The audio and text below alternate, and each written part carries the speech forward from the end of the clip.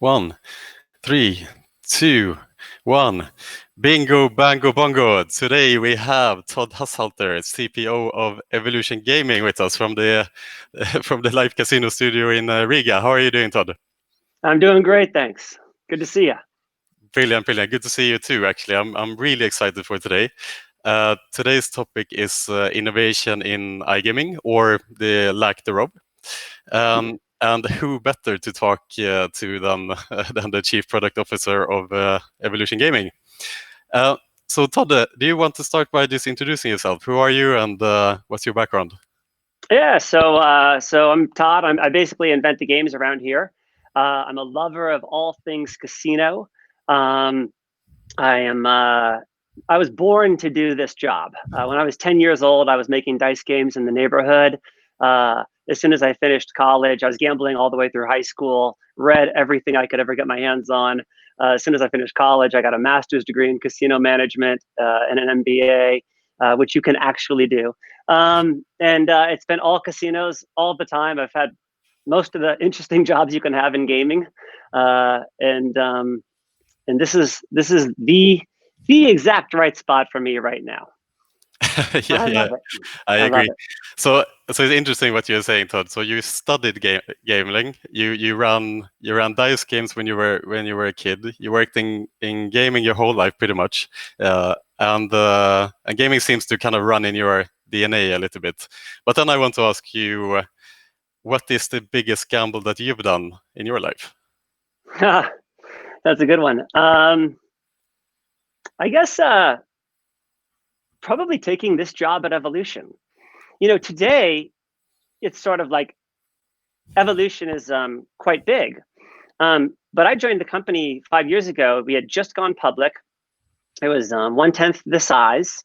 Live casino was definitely known, but an up and coming kind of a space.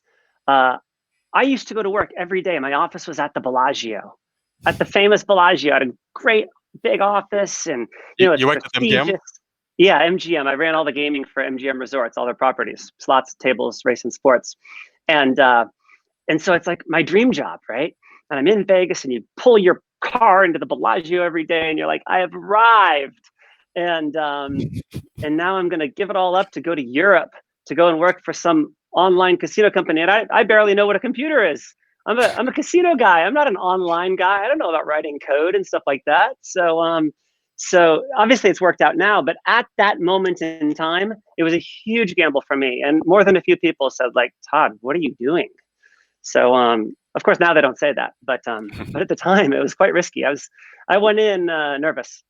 I can imagine. So what would you say was what drove you to take that job? Because I mean, like you said, you had a dream job. You had everything lined up, so to say. You had a great career. I mean, I followed you. I studied your CV a little bit. You started as a casino dealer, and worked your way up to the top of MGM, and then to Evolution Gaming. What interested you to go to Evolution Gaming? I'll tell you, I love gaming so much, and in this job, I can have a greater impact on the industry that I love, much more than I ever could at MGM. At MGM, you can kind of turn this key and turn that key, and you can make it more efficient, and you can maybe do some interesting things.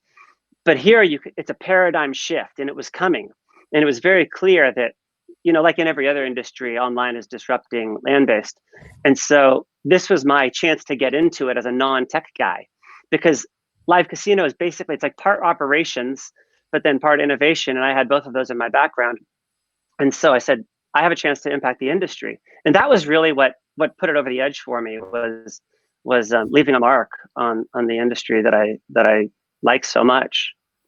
Yeah, interesting. Yeah, and that's something you talked about, I think, as well in the iGaming Next presentation last year, which was fantastic, by the way. If there's any listener that hasn't seen your presentation, Todd, I highly recommend to go on YouTube and just go Todd Haushalter iGaming Next. It's an absolutely fantastic presentation.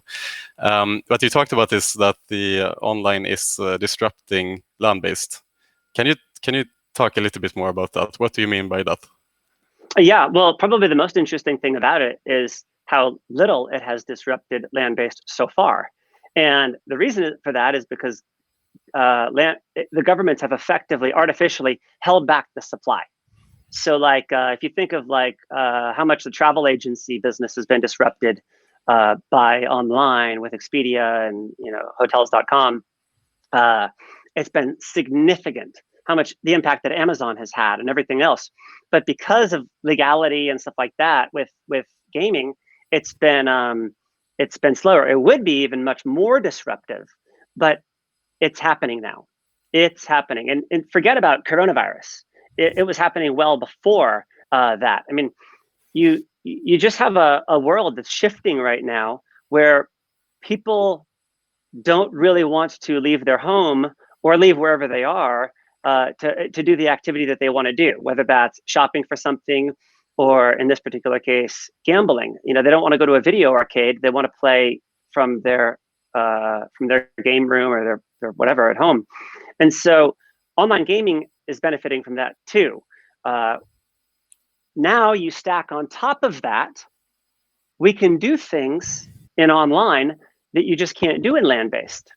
So, you look at some of the games that we have, and you'd never be able to replicate those in land-based. So you can give these visually rich, intense, bonus-laden type games that you would never be able to do in land-based. So it's disruptive.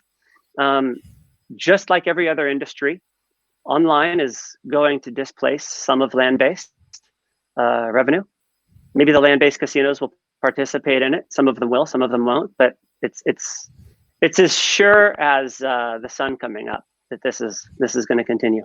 Yeah. Do you see land-based casinos as kind of a legacy industry that is marching on because that's what people know, or and eventually online will disrupt so much that it takes over that part, or do you see them kind of functioning hand in hand? Because I would think that there's some pros with playing online games. Obviously, there's some pros to play land-based. You have this social part of going to a casino, feeling the atmosphere around you and things like that. Or you're also trying to kind of steal a little bit of the market share, even from those type of pros that traditionally is associated with land-based casinos. Does that make sense? It does. It makes a lot of sense. Online will disrupt different kinds of casinos to different magnitudes. For example, Las Vegas will not be that disrupted by it because Las Vegas innovates in a way where everything around the casino gets innovation. So they're bringing the NFL team, the Raiders, to Las Vegas, or they have conventions that they plug into the city of Las Vegas, or the rodeo, or maybe they'll bring an NBA team, or the nightclubs, or before the nightclubs, it was magicians with tigers and all that sort of stuff. So Vegas is great at giving you a reason to get on a plane and come to the city. And that will be fine. But there's a lot of casinos in the world that is just a box with slot machines inside of it. And that's it. And if someone builds a box with slot machines 5 miles closer to your home, then you're going to go to that one instead. You have no loyalty to the place. It's oftentimes just a smoky room. And now when you can do it on your phone or your computer from home, it's going to be the ultimate proximity. So those casinos, what you'll see them do is it's going to light a fire under them. They're going to say, maybe we should have that crab leg buffet on Friday nights that we always talked about, that we used to have back in the 90s. Or maybe we should beef up our player rewards system. Or maybe we should have free valet parking or whatever, every casino is a little different what people want, but they're going to have to step it up. Restaurants have to do the same thing right now. Everybody is learning in these last few months to order online, and people like it. And you say, well, I don't really have to tip. I don't have to pay an extra €4 for a bottle of water. I can supply my own wine from home. It's economical. I get to sit in my own place. And so the restaurants are going to have to give you a reason to go from over there to over here. So do you see? Otherwise, you'll order at home. Yeah. So if you compare it to other, let's say retail stores, for example, is also a great example where Amazon is disrupting retail stores, and you see shopping malls are closing all over the world now, and online shopping is clearly what is the future. Do you see yourself as the Amazon of gaming in that regard when it comes to we worship Amazon. We study under Amazon. We look to Amazon for cues. I mean, we're both disrupting the traditional in that regard. We're both coming with things. What I love about Amazon that I think that we kind of do like Amazon is we love the customers, the players, more than anything. That's how we think. That's probably the backbone of our innovation is like, well, what's fun about that? Well, what would players like better? How can we make it more fun and more interesting? How can we make this more on the player's side or something like that? And Amazon does a really good job of that. Just trying to make you love them more. So I think Amazon's a good one to study under, not just evolution, but everybody. Yeah, that's great too, and that's something you talked about as well in the iGaming Next talk as well.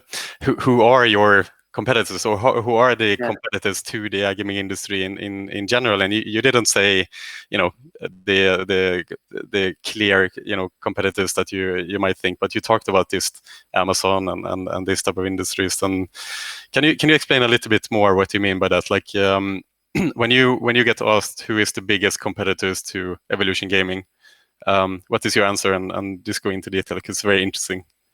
Yeah, I think when do people consume Evolution product?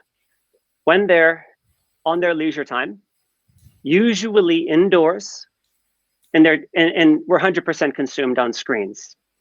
Usually your phone, sometimes a computer or an iPad. And so you have to think about, okay, well, if you weren't doing this, what else would you be doing? If our game just shut down suddenly, what might you do? You might go to watch Netflix, also indoors on a screen. You might go and watch YouTube. You might play video games. And everybody does all of those things already. And that is also creating the expectations of how players are players and people, what they expect from an online experience.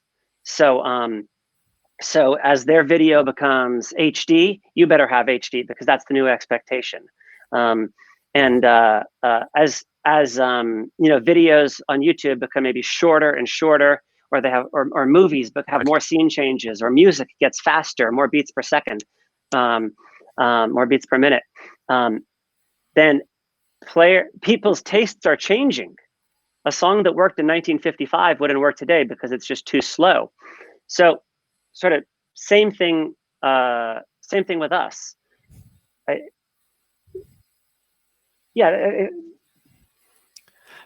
when you look to innovation in general, so this is interesting. What you mentioned is people's behavior change over time, together with our daily habits, and a big part in that is the attention span of people, right, which is decreasing constantly.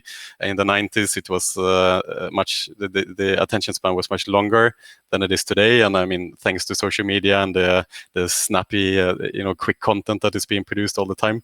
So when you look at innovation, over time in the products that you create, like what influences you in general? Is it do you look a lot towards what your competitors are doing? Is that the main focus, or do you try to predict the future, or do you try to see what's happening culturally in other entertainment areas and so forth? Can you talk a little bit about your approach to innovation? Yeah. We're always interested in what's the hottest trends in the world. So, what's TikTok doing? How long are the TikTok videos? Okay, it's working. Why is it working? Okay, what do people like about Snapchat? What moves are Facebook making? The fact that everybody's on Zoom calls these days, or WebEx or Teams or whatever. How is that going to change people's behaviors and expectations, things like that? And so we're sort of looking broadly across society and asking constantly, what are the hot trends out there? How do people consume information and all that? And how do they want to be entertained? Even on like Netflix, for example, how does Netflix show you a little bit of a preview of what the show or the movie is? And so we're constantly consuming all of that. But then with respect to attention spans and how we might approach something, we spend a lot of time thinking about players that we don't have. So, and I think that's an innovation trap, is that you think about the customers that you have today, and you iterate a little bit, and you just keep making games or products or whatever for the players that you have. Take like the Nintendo Wii, which was solely based on movement. Yeah, I queued in the Swedish snow for 16 hours to buy the Nintendo Wii the first day it came out, by the way. I just wanted to mention that. Yeah. And isn't that fascinating? Because of the innovation, yes. Here you have everybody creating console-based games, right? And then here comes Nintendo way from the side saying, we're going to create a game that 60-year-olds would enjoy. Yeah. And so if they had created that product for the customers that they have, they would have probably just created a slightly more complex controller, richer games, and they would have left, and they would have gone even further and further and further from the player who doesn't play, and they would have just gone and catered to the hardcore until they only had like a small little bit of business, and then be wondering how someone came in from the side and ate all their business. And so so that's a really great example of looking at the customer that you don't have. So we do that too. So I'll sit around and say like, okay, a player who looks at all of Evolution's games and says, I don't like any of them, not one of them, but I gamble. Okay, who are they? And I'll ask everybody that question. Say, well, could be a bingo player.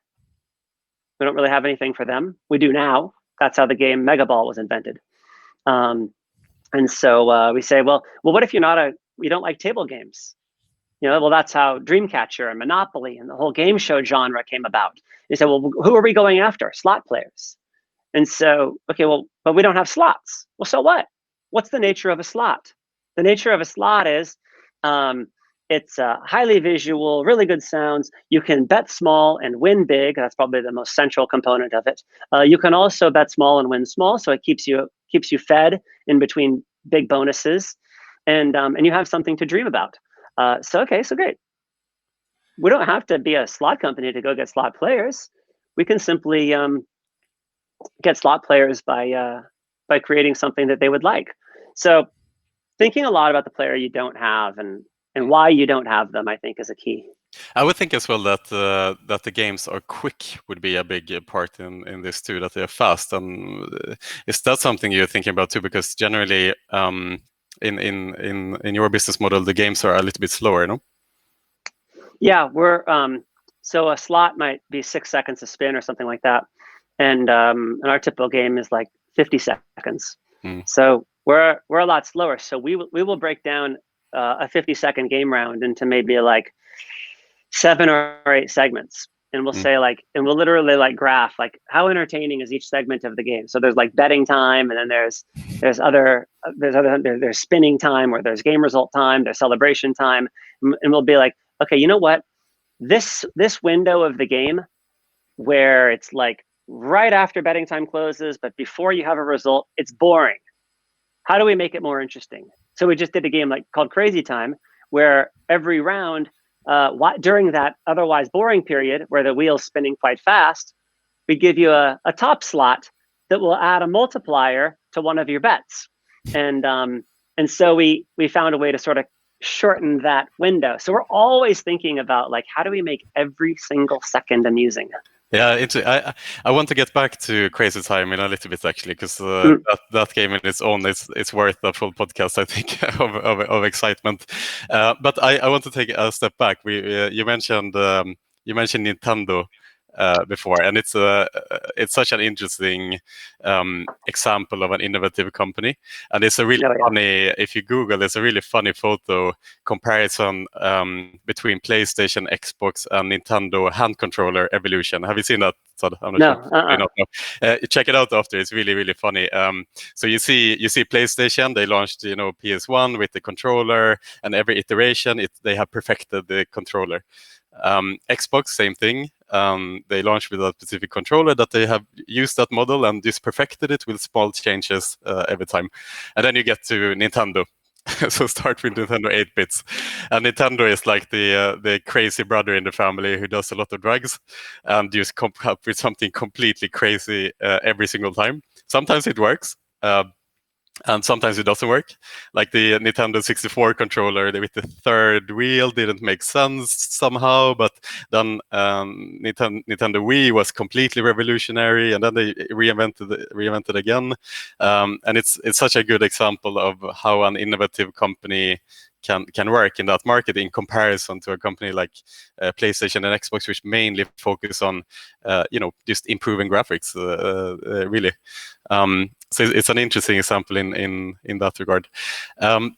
So Crazy Time we mentioned. So if I understand this correctly, Todd, Crazy Time is the highest budget production game that Evolution Gaming has ever done, and I would assume that this is the highest production budget in any online environment ever. I would assume. Is that what do you think so? Yeah, I would say probably more than double the second. Yeah. So when you go to your board of directors and the C-levels within Evolution Gaming, and you say, I have this crazy idea that's never been done before. I want to spend double the amount of money that any other game has ever been spent on before. How do you convince them? And like, how did this idea birth? And tell us the process of how all this happened. Yeah, so I have the best CEO in the world, Martin Carlson, and he's amazing. He gives a lot of freedom to products division, and then he'll come in and he'll say, like, I challenge you to do this. Now that might be like 10 games, or he'll say you should think about this over the next couple of years and how you want to lead this direction. It's always something really, really smart. But one good way to get your board to support the most expensive project ever is to have had a couple of successes in the past. That helps a lot. So, we're coming off of Monopoly and Lightning Roulette, both Game of the Year winners. So that helps a lot. But, and I say that sort of playfully, but it is true. To get someone to sign off on some of these big bets, it helps to be able to point to past successes. But I'll tell you, some of the stuff, because people are listening and they're like, oh yeah, my CEO would never go for it. No, it's simple stuff. Like, I'll create super visual presentations. Like, I'll work with the design team. I'll say, like, you have to paint the dream here. And I'm going to go and I'm going to ask for a lot of budget and freedom. And I want to really convey the story of how grand this thing is going to be. And you really sit there and you think about the business case and, okay, well, why do we need this? And what's better about it? And all that sort of stuff. And you go in and you sell the dream. And honestly, like, you practice your pitch a little bit. And I think people just don't do that. It's almost like a little magic trick. Like, oh, hey boss, can we do a big game? Oh, why? What do you want? It's like, no, you come in, you say, I have the coolest game. You are going to love it. It is going to reshape our company and potentially maybe even the industry when we do this thing. And it's going to be amazing. I want to show you. Then at the end, you tell them the price after they're hooked on it. No, but my boss is serious about innovation. I got lucky. He's very much like in our board, and they're like, hey, we have to be innovating. We have to be pushing new products. If I miss a deadline or something like that, I don't get in big trouble for it. If a game doesn't work, nobody calls me an idiot or something. And then down the line, if the team that's developing the game or the product owners or all the hundreds of people involved in it, if they mess something up, they're not in big trouble either. We try to learn from it, but it's not a culture where you get in trouble for missing on things. Yeah, and I'd love to hear you talk a little bit more and expand a little bit more on this, actually, because that type of culture, I think, is something that you have worked specifically yourself to instill in Evolution Gaming, the freedom to innovate and being able to throw out ideas that sometimes doesn't work. It's okay, and it's not about the bad ideas. It's about throwing perhaps 10 ideas on the wall and then one of them sticks. Can you talk a little bit more about your mindset as a CPO and how you instill this culture of innovation into your company? Yeah, it takes time, and you have to live it a bit. But one of the things that helps a lot is like, I'll change my mind on things. I'll have an idea today, and then 3 days later, someone will say something smart, and I'll change my mind. And I try to make a big to-do of changing my mind. I'm not just like, oh yeah, let's do that. I'll say, you're right. You are right. I am wrong. You're right. That is a better way to do it. And I like to highlight for myself internally too. I don't want my own brain. I want to reward myself internally for changing my mind, because my religion needs to be getting the right answer, not being right, or not holding on to something I said before or whatever. And so when people see you changing your mind, then it makes it easier for them to let go of ideas. And it's like, oh, it's okay. We're allowed to change our mind around here. It's not a big thing. Or in meetings, forcing people to talk. If you're going to ask someone for 30 minutes or an hour of their time to come to the meeting, then they should be expected to talk. Otherwise, you could just send them notes from the meeting and let them do their job. And so, if we were in a meeting and you were sitting there, I'd say, "Pierre, you've been quiet. What do you like about this? What do you hate about this?" And then you start talking, and if you want to be shy about it, that's fine. But then it's my job or others' job to say, what would you change, or if you had to shake it up and change something massive, what would it be? And we're not going to probably do it, but what would it be? And now you're forcing them to throw out an idea that we know we're not going to take. We're almost certain of it, but it's no big deal. And so you just get good at this rhythm of putting a lot of ideas out into the air that aren't going to be taken. But it's not some big thing. It's not like, oh geez, I wish I hadn't said that. It's not a big thing. And then I think explaining why, so everybody gets a little bit smarter. So, okay, interesting idea. Here's the problem with it, though. It's not going to work for these reasons. Or tell me I'm wrong. Tell me it will work. And then we back and forth. But it takes time. But yeah, it seems to. Does it boil down to like an ego thing that in a lot of organizations at the top, there's a lot of big egos, and they might not want to admit that they are wrong sometimes, or they want to be seen as this great leader who is always taking perfect decisions. Do you think it boils down to that, and then employees below them feels that they have to do the same thing? As long as companies are still going to be run by human beings, we're going to struggle with that issue.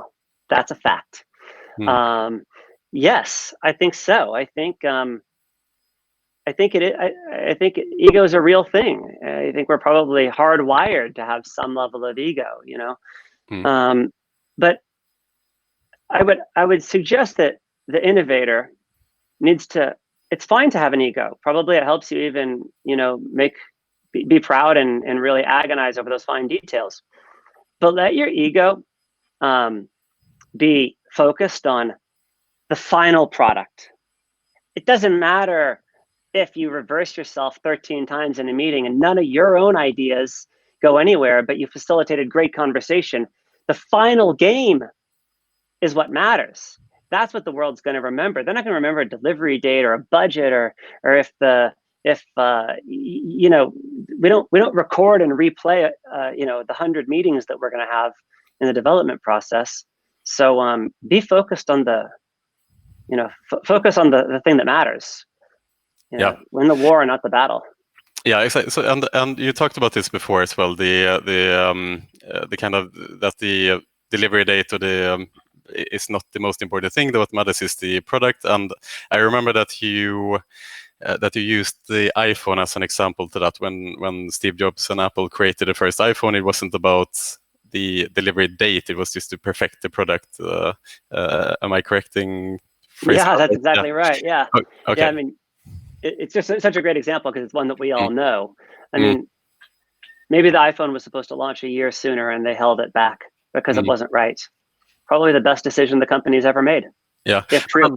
But then I have a follow-up question on that actually. So I've been thinking a lot about this during the 8-9 months since you since you delivered that presentation.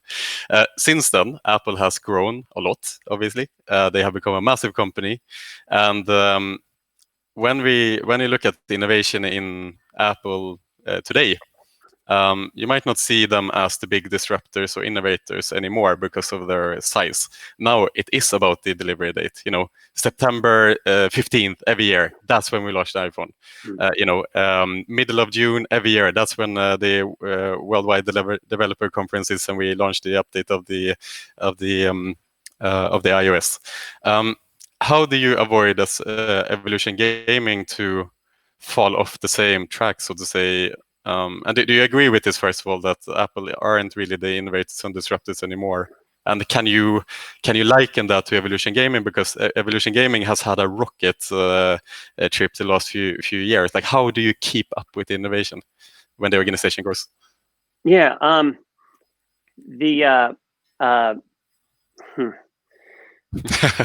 Sorry to throw hard questions at you. Yeah. Apple has always been pretty good at least, there was a period where Apple was weak and they had something like 100 different products. They had computers for everybody under the sun, and Steve Jobs wasn't the CEO anymore. It was after he left, and then they ended up buying his company Next, and then they kind of begged him to come back and be CEO. And what did he do? He canceled like 70% of all the projects in the company. He said, they're all done. We're going to do a couple of things. We're going to do them really well.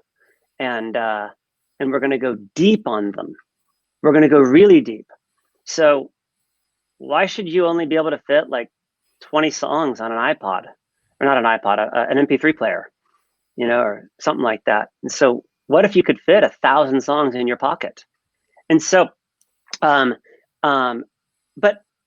in terms of Apple hitting deadlines and us hitting deadlines, I don't want to be thought of as like, oh yeah, deadlines don't matter. No, they matter. I mean, you have customers, people are waiting. You're going to lose a ton of credibility if you miss them. Internally, though, you want to avoid saying like, I need this game by January 1st, full stop. What you want to do is say, okay, you let me know, product team, when you have a date that you can hit, and you must hit it. You can pick any date you want, and I might challenge that date, but you got to hit it. We can't go out there to the public. And then in a nightmare scenario, you would still rather not ship and take the pain of missing the delivery than shipping a bad product. But it's still a disaster. You want to hit deadlines. It's what, once you communicate to the world, you gotta really do everything you can to hit that. But yeah, and is Apple still innovating? Again, they're still picking their spots. So they brought the watch, right? And it's now the #1 selling watch in the world by almost every measure. I think by revenue, by units, by everything. And in time, that'll probably be reckless not to wear an Apple Watch. Meaning, like, why wouldn't you wear the watch that can predict your heart attack? Why wouldn't you wear the watch that constantly monitors you and keeps you safe and all that sort of stuff? And it's becoming a serious health thing. But Apple, I'm not sure they've lost their step in innovation. They take big sweeping bites, usually late. Late with the phone, late with the iPod or the music player. First with the tablet that worked, but late with the tablet. Others had done tablets before. Late with the digital watch, but they waited until they could do it perfect. So, and Evolution, we just do live casino. We've been solely focused on just live and trying to pull in different kinds of people doing it. So, we do one thing well. We're not. That's a weapon. Our CFO, our COO, everybody in our company, our head of marketing, only thinks about making live casino great, and that's been a real weapon so far. It's not a division; it's the whole company. Focus. Yeah. So let's slide back into that. We have a question from Peter Stenström, who is asking just what do you think about the response of Megaball and Crazy Time so far? When do you estimate that the majority of the operators will have access to Crazy Time? And can you say anything about which game shows will be launched in the North America market in the next few months? Yep, can answer all those. So Megaball launched about a little while ago, a month and a half ago, something like that. Phenomenal success. It's a whole different kind of a game. Basically, it's something like a cross between bingo, keno, and lottery, and been super successful. Very high player counts right out of the gate. Players immediately understood it, and it's worked really, really well.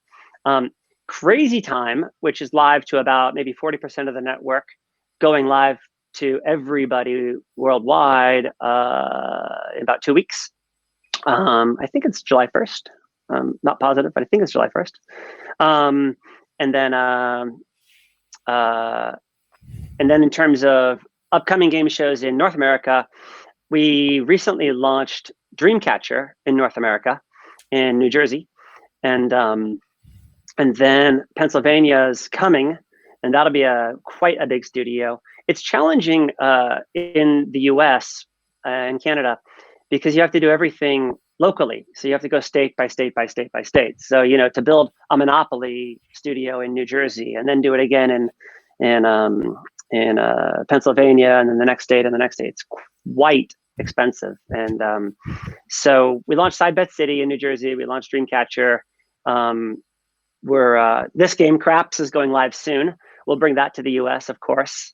And then we're gonna look to, the business volumes will dictate it. The bigger the market, like for example, if New York went live, then we'll sort of push everything into that. Well, we'd probably build a Crazy Time studio there. Oh, and speaking of Crazy Time, it's the best launch that we've ever had. You can log in and see the player counts in the lobby, and you can see that it rivals almost any game we have, and it's only live on like 40% of the network. So it's pretty incredible response so far. We've had many players win 2000x multipliers. It's a really volatile game. I mean, YouTube is already blowing up with videos. It's been really good. Yeah, I researched it the other day, and it's for online environment and even land-based, whatever, you can't compare these games that you're producing at the moment to anything really.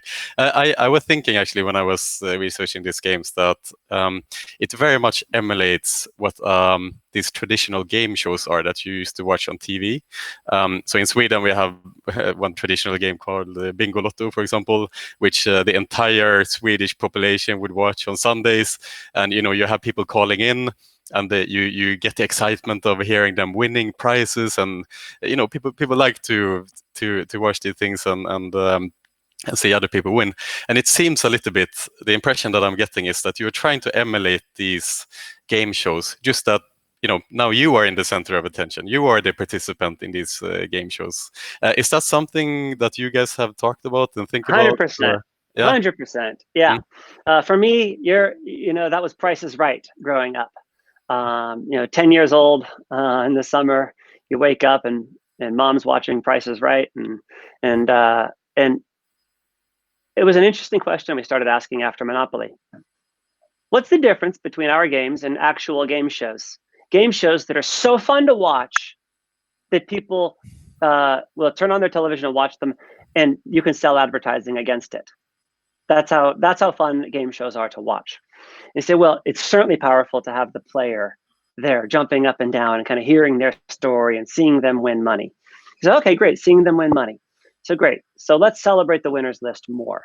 Let's make the game more communal. What else do they do well? Well, they're visual. What else do they do well? Well, you have a base game in these television game shows, and then you have, okay, you qualify and you go into the thing.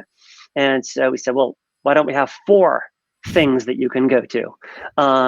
And so that was really what we strove for, was making the game, Crazy Time anyway, interesting enough that you can just watch it and enjoy without playing. If you want to play, that's fine too, but we wanted to try to aim for that standard. So that's cool that you pick up on that. Yeah, it's interesting, and I'd like to stay on that for a little bit, because in my opinion, I was thinking about this when I researched as well. Like, I think that's where you have the highest edge, so to say, towards land-based casinos, where you can really create this fully immersive experience that you are the center of attention of, rather than staying at the casino and just looking at the wheel that's spinning, and either you win or you don't win, kind of thing. Do you agree with that sentiment too? And do you want to capitalize on that and steal market share from the land-based casino using those type of values? Yeah, I think it's sort of inevitable that it's going to be. There's going to be some players out there that go and play a game like Crazy Time, and then they move over and they go play Lightning Roulette, and then they go and they play Monopoly Live, and then they go play Deal or No Deal, and then they go to their local casino, land-based.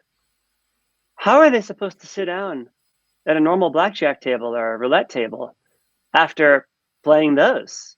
They're like, what can I win? Where's my super bonuses? Where's my bonus rounds? Where's my game speed? They're paying everybody out. It's like 10 spins an hour here. I want a multi window, 4 games at a time, or I want my Lightning Roulette with multipliers. I want to be able to pull the trend up and see like the last 50 or 100 or 500 or whatever spins I want. I want to be able to control that. And so people are just getting used to a gaming experience that land-based it's going to be hard for them to offer. Now, I come from land-based, and land-based can do all kinds of cool stuff that I wish we could offer. They can give you a drink. They can give you a pack of cigarettes. You can physically high five your neighbor. You can carry on a conversation like this instead of like on live casino, you have to type. And so land-based has its advantages as well, but they need to play to those strengths. Online needs to play to its strengths. Would you ever consider to kind of make the games more, how do you say, for the players to communicate with each other, like webcam stuff like that, so that's more privacy concerns? Would you stay with your chat, do you think, or would you ever explore more immersive? No, I'm up for it. It's hard on the scalable games. You can't have 1,100 people pumping video and voice into one dealer. And then of course, you can imagine all the horrible things people will do in just an open video environment. The internet is not the friendliest place of times. Yeah, it's challenging. But we have a salon privé where we have 10 tables where you will always play alone on the table. The door is locked behind you, virtually locked behind you, and so it's just you and the dealer. And so if we felt like that was something that players wanted to be seen, then they could do it. But honestly, as you kind of go up in average bet, you go down in chattiness. The games get increasingly more serious. The chat goes down. It's just give me the cards. Don't make a mistake, and let's go. I'm going to kill the casino. That's the player's mentality. True. What about the co-op games? Like that's a big thing obviously in land-based casinos. Like playing craps, for example, is huge in the US. You win together, you celebrate, and stuff like that. Is that something also you are talking about internally? Co-op, like win together type of thing. Yeah, we have a lot of that kind of already. Where you'll have a bunch of people betting on a particular event, and then that event happens. On roulette, it's tough because there's like so many different things you can bet on.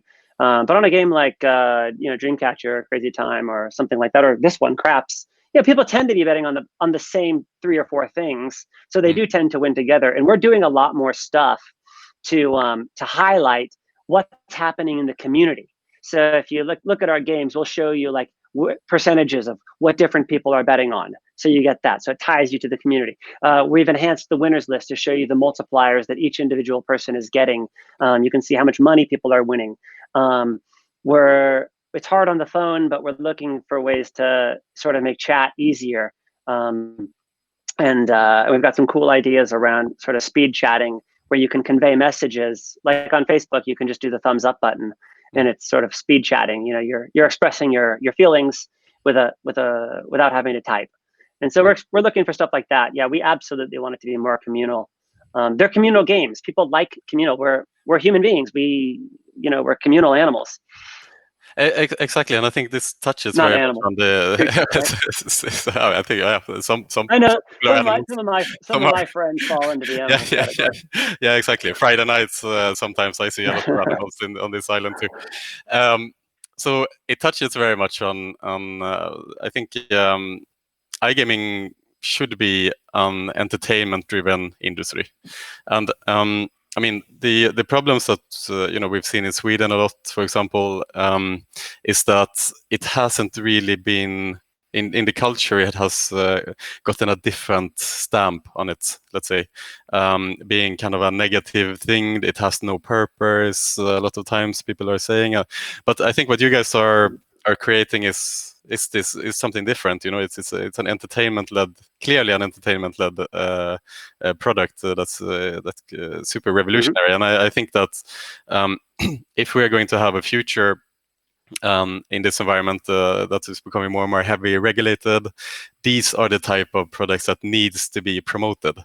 Do you agree? Yeah, I like how you're thinking about it. Evolution proudly has the slowest games in the industry. It's the short game. If you're playing the short game, you say like, oh, well, how can we kind of copy someone else's game that's a success? We can slap it up there. Maybe we'll charge a little bit less for it, and maybe we can make it a little bit faster. Or let's take this game, but shorten the period. Or let's take this game that's popular, but we'll lower the return to player, so we'll get players money faster. That's the short game. That's the short game. The long game is, what's the most fun possible thing we can do that our players will love? For some of those players, it might be a speed version of a game, but that doesn't mean you can't offer the normal version. You have to, or maybe even a slow version. But some people like to play a little faster, some people don't. But let players choose and find their way to the game that's comfortable for them. And I think it's important. We run a really low. I mean, our company has the highest RTP of any gaming company in the world. As a company, slot companies like take IGT and Scientific Games, predominantly land-based. They probably have a blended average of maybe a 10% house edge, 90% RTP. An online slots company probably runs at 95% return to player, and we're quite a bit above 95. So, players notice that. It's always a debate in the industry, like, oh, maybe we should make the games more casino friendly. You just lose all your players. Players figure it out. They really do. I mean, what are the biggest games in the world? What's the biggest game in the world? Baccarat. Baccarat has a 1% house advantage. Blackjack, if you play it right, it has, our game that we offer runs at well under 1%. Well under 1% if you play it right. Now, you play it wrong, you can always make mistakes in the game, but it's tempting sometimes to go on a hunch instead of doing what the book says. So anyway, it all comes back to, what game do you want to play? If your mother was playing on your product, how would you develop it? Would you try to jam the game speed in to make it faster, juice up the house edge to get her money quicker? No, you wouldn't. You'd try to delight her, and you'd make the money, by people coming to your games instead of other companies or something. And I love the way you talk about this in general, and there is, it seems to be a very short-sightedness a lot of times in the industry, and not only from the side of the players as well, but on the marketing side, how organizations approaches marketing can be very aggressive and can be very short-sighted, and that then backfires regulatory when kind of the culture turns against that, so to say, which is very much what we've seen in Sweden. So the long-term game is the key. I agree with that too. Todd, I just looked at the time now. We've been speaking for 50 minutes. It feels like it's been 7 minutes. Gosh. Or something like that. It's crazy. But I do have my favorite subject. I know, same here, to be honest with you. I do have a question that I've been thinking about too. Jumping back to Crazy Time specifically, and the other games that you create. These are obviously completely built from scratch with an idea that's never been done before and a scale that's never been done before. So I would assume that you are met with a lot of challenges during the process when you create these games. Can you talk a little bit about the challenges and how you overcome them? And yeah, sure. So we'll take Crazy Time. It's because there's so many. First, there's the regulators. The game has a coin flip. It has a wall where you drop a puck and and it comes down. We call it pachinko. And you go to get the game certified, and you got to get it certified in 8 different places or something. And so the testing lab is like, okay, well, how do we even certify this? And they say, okay, so they don't even know. They've never seen one of these walls before, right? And so then they come and they say, well, it didn't meet our theoretical expectation. And like, well, okay, but you've never seen one of these before. Sometimes you drop the puck and it jumps over 2 pegs instead of 1. It's physics. And so you end up kind of debating a little bit with the lab, but also working with them to figure out the solutions. You have to invent all these things from scratch too. So, how are we going to flip a coin and make it random and shoot it with different amounts of pressure each time? And in the beginning, believe it or not, the coin flip wasn't random. It wasn't random enough. And so we had to keep iterating and the surface, creating a bowl so that it'll hit and then bounce and make it. And it was too bouncy and the thing bounces out. And you have that problem.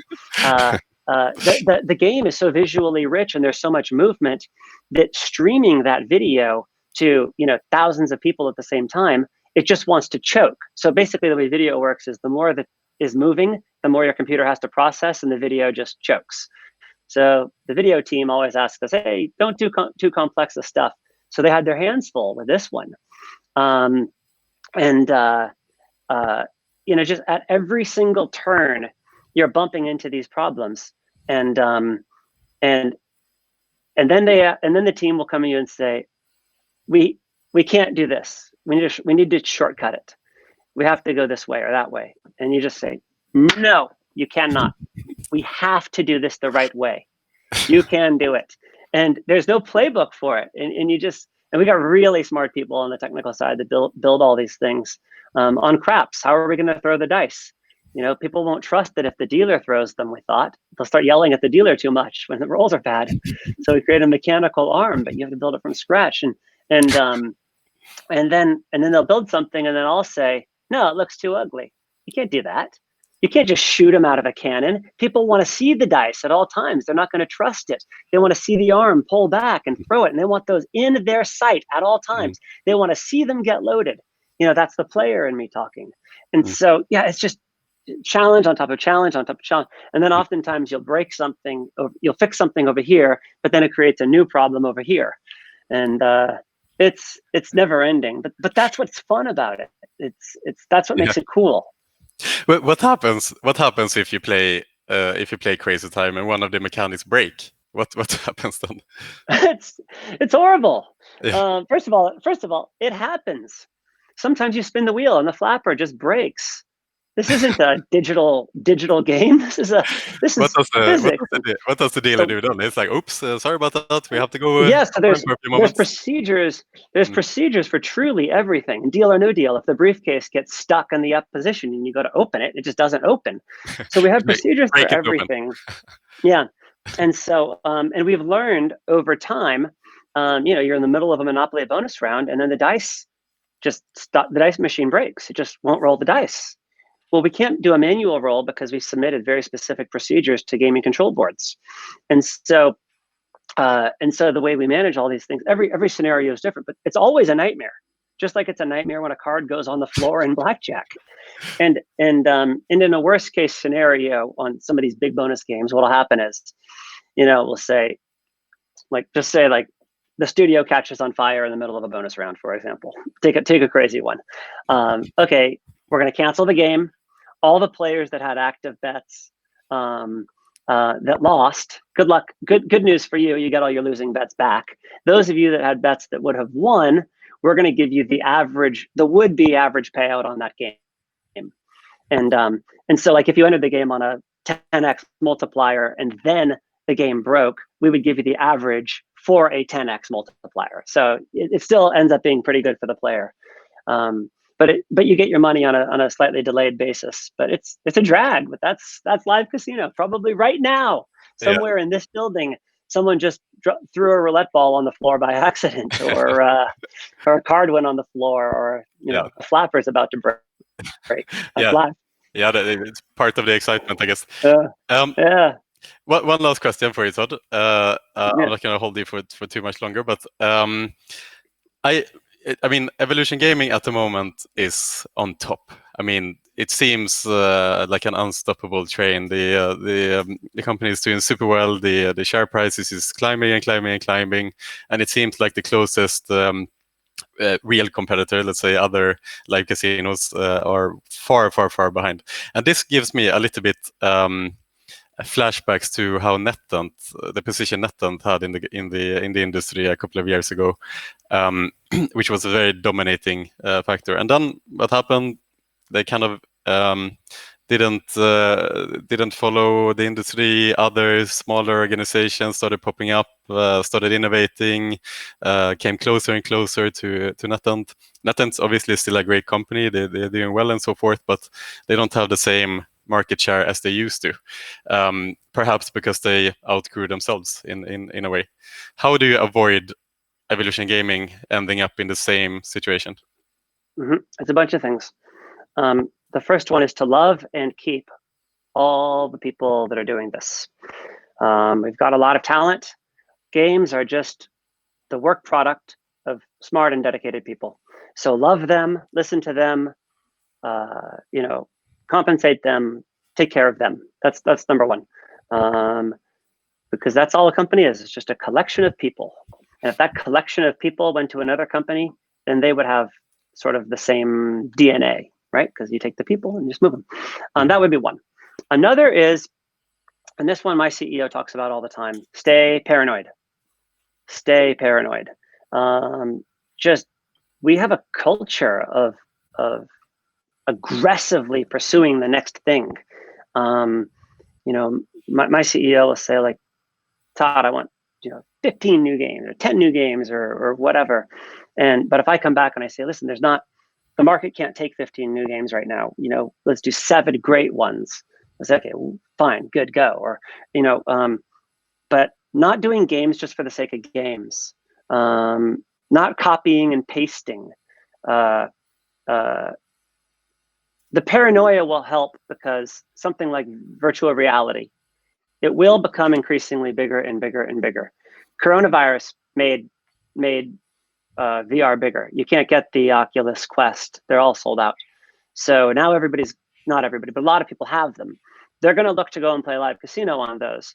Now, when do you make the jump? How do you make the jump? What's the right way to make the jump? So staying paranoid about form factors and how people want to play and how would we utilize voice if we wanted to, and that sort of stuff is critical. But this is the big company problem, and you have to fight it. You have to fight it. You have to fight the laziness. You have to get people to care. Lead by example. But I think paranoia and just having people around that love it. They just love it. We don't make games because we say, oh, we think this will generate. My CEO might not love this, or my CFO, but we don't make games because we're like, oh, we can really make profit on this game or something like that. That's the byproduct of GGR, which is the byproduct of creating a game that players place a lot of bets on, which is the byproduct of having a game that's fun. And so we really just sit around and say, what's fun, and we work in a bit of a cocoon.